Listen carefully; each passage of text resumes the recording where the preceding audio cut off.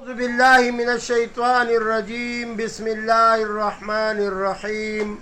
السلام عليكم ورحمة الله وبركاته. زيما القاري دوست محمد یوټیوب چینل نه بیا تاسو ته مخاطب یم. دا نن واقعا د اوومې هجرۍ نبی کریم صلی الله علیه وسلم دا شروع کیږي. د سیرت نورلسمه حصہ دا نن بیانیږي. پیغمبر علیه السلام مدینه منوره کې د بنو نذیر قبیلې نه یهودیان را جمع شوي دي او هغوی نبی کریم صلی الله علیه وسلم سره د جنگ خبرې کوي. یعنی یهود ډیر زیات د نبی علیه السلام سره دشمنی به کوله. اوومه هجري د فتحه چې کومه کیږي نو دا د څه شی دی؟ خیبر. د خیبر غزاله نبی کریم صلی الله علیه وسلم 1200 کسان دا یو تیار کړو، 300 هغې په سورلۍ باندې تیار کړ. ټوټل 1500 کسان د خیبر غزاله آقا نامدار محمد رسول الله ټول وی صلی الله علیه وسلم تیار کړل. کله چې دی د خیبر غزا ته ورسېدی نو دغه ځای کې حضور علیه السلام بعضې حصې چې دي ډېر په اسانۍ سره هغې فتح کړلې. دا وړې وړې قلې دا نبی کریم صلی الله علیه وسلم صحابه کرام ورسره دي. هر یو صحابي د یو د بل نه وړاندې کېږي. دا یې داسې فتح کړې چې بلکل پته م ونه لګېدی. د دغه یهودیانو یو مشهور ځای دی چې هغې ته قموس ویلی شي. دا حضرت علی کرم الله وجهه شیر خدای د نبی کریم صلی الله علیه وسلم د تره بچیم دی او زوم دی. شیر خدای رضی الله تعالی عنه دغه فتح کړی. یعنی قموس مقام دا شیر خدا حضرت علی کرم الله وجهه له الله طاقت ورکړی، قوت یې ورکړی او زړورو هغه باقاعده جنډه اوچته کړله او د قموس دغه حصه د حضرت علی کرم الله وجهه دغه قلعه دی فتح کړ.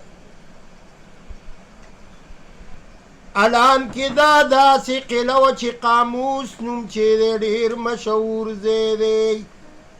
داسې قلعه چې چا هم نه وه فتح کړې. شیر خدای رضی الله تعالی عنه دا فتح کړی. حضور علیه السلام ډېر زیات خوشحاله شو، ډېر زیات رحم الله وکړو. فتح وله الله ورکړلی. په دې کې مسلمانان 14 یا 15 شهیدان شو. لیکن هغه طرف ته کافران یهودیان 93 تعداد کی دي. رب العالمین د خیبر فتحه آقا نامدار ته ورکړه. د هغې نه بعد فتح پدک چې هغه په صلح باندې نبی کریم صلی الله علیه وسلم فیصله وکړله او د هغې نه بعد بیا نبی کریم صلی الله علیه وسلم 8مه هجري ده او مکه فتح کوي. نو په دغه وخت کې د مسلمانانو تعداد 10,000 ته رسېدلی دی. رب العالمین رحم کړی دی. تعداد د مسلمانانو 10,000 بلکې د دې نه هم څه چند کسان زیات وو. خو نبي علیه السلام مبارک اعلان ای زما صحابو اعلان می دا دی چې کلم جنگ شروع کیږي زما یو څو شرایط دا واورئ. باقاعده نبی کریم صلی الله علیه وسلم کفار مکه ته دا د جنگ یو خبره کوي چې دا به اصول وي. هغه اصول دا دي چې بوډاګانو ته به څه نه وایي، ماشومانو بچو ته به څه نه وایئ زنانو ته به څه نه وایئ او بیا که چا په دغه وکړله پناه واخیستېدله او بل وله پناه ورکړه دا به بلکل دې ته به څه نه وایو پناه چې واخیستلی شولای چا ابو سفیان کره پناه بیا موندله آقا انعامدار محمد رسول الله اعلان داسې کوي که چا پناه په کوم ځای کې واخیستېدلی لہذا هغه ته به هېڅ نه ویلی کېږي درې ځای پناه واخیستې شوې ابو سفیان په کور کې په جومات کې په کورونو کې نو آقا انعامدار محمد رسول الله صلی الله علیه وسلم هغې دې ته به څه نه وایو ورځ د چهارشنبې ده او دا ټیم دغه وخت کې د مازدیګر ټیم دی آقا انعامدار محمد رسول الله محمد رسول الله مکې ته مخ راړی یعنی دا هغه واقعه بیانوم کله چې حضور علیه السلام د مکې مکرمې نه مدینې منورې ته هجرت کولو واپس خپلې خبرې له بیا راځم آقا انعامدار مکې مکرمې ته مخ راړی ای وطنای مشرکین می دلته نه پرېږدي الله راته حکم کړی چې هجرت وکای ای وطنای که چرې مال رب العالمین طاقت راکو بیا به دې انشاءالله فتح کومای یعنی آقا انعامدار محمد رسول الله خپل وطن ورته ډېر ګرانو وطن ولې ګران نه ځکه یو صاحب فرمایي وای که وطن خوږ نه وی وطن پسې بچا نه جړل که وطن خوږ نه وی وطن پسې بچا نه جړل په چغو چغو به محمد مصطفی نه جړل وطن معلومه دا شوه چې ډېر خوږ وي آقا انعامدار محمد رسول الله صلی الله علیه وسلم ابو سفیان هغې یو کرتې گیر که